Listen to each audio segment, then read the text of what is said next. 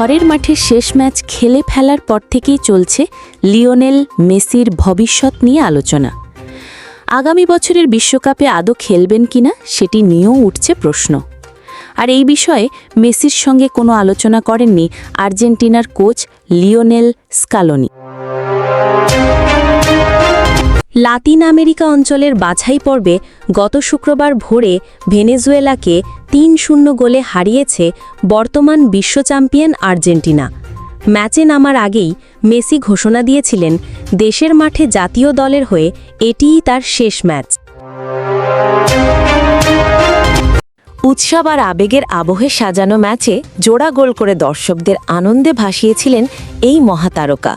সেদিনই তিনি ম্যাচ শেষে বলেছিলেন, সামনের বছরের বিশ্বকাপ নিয়ে এখনই ভাবছেন না, সব মিলিয়ে ভালো লাগলে যথাসময় নেবেন এই সিদ্ধান্ত। পরে পরিবারের সঙ্গে সময় কাটানোর জন্য জাতীয় দল থেকে ছুটি নিয়ে নেন আর্জেন্টাইন সুপারস্টার, যে কারণে একুয়েডরের বিপক্ষে বুধবার ভোরের ম্যাচে পাওয়া যাবে না মেসিকে।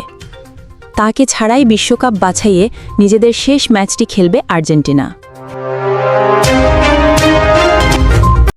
তবে ওই ম্যাচের আগে সংবাদ সম্মেলনে বারবার ঘুরে ফিরে আসছে মেসির প্রসঙ্গ। এই বিষয়ে স্কালোনি জানিয়েছেন, মেসি যা সিদ্ধান্ত নেবেন তাতেই খুশি থাকবেন তিনি। মেসি বিশ্বকাপে খেলবে কিনা আমি তার সঙ্গে এই ব্যাপারে কথা বলিনি। সে ম্যাচের পর সবার সামনে যা বলেছে আমি সেটুকুই জানি। আমি জানি সে শান্ত থেকে সময় নিয়ে সিদ্ধান্ত নেবে। তাকে আমাদের একা ছেড়ে দিতে হবে এবং সে যা সিদ্ধান্ত নেবে ঠিক আছে। মেসির পাশাপাশি একুয়েডরের বিপক্ষে ম্যাচে ক্রিশ্চিয়ান রোমেরোকেও পাবে না আর্জেন্টিনা। কার্ডের কারণে নিষেধাজ্ঞায় ভুগছেন এই তারকা ডিফেন্ডার। তবে এই দুজন ছাড়াও একাদশে আরও পরিবর্তনে আভাস দিয়ে রেখেছেন স্কালোনি। সবার আগে খেলার আপডেট পেতে চোখ রাখুন স্পোর্ট নিউজ চ্যানেলে।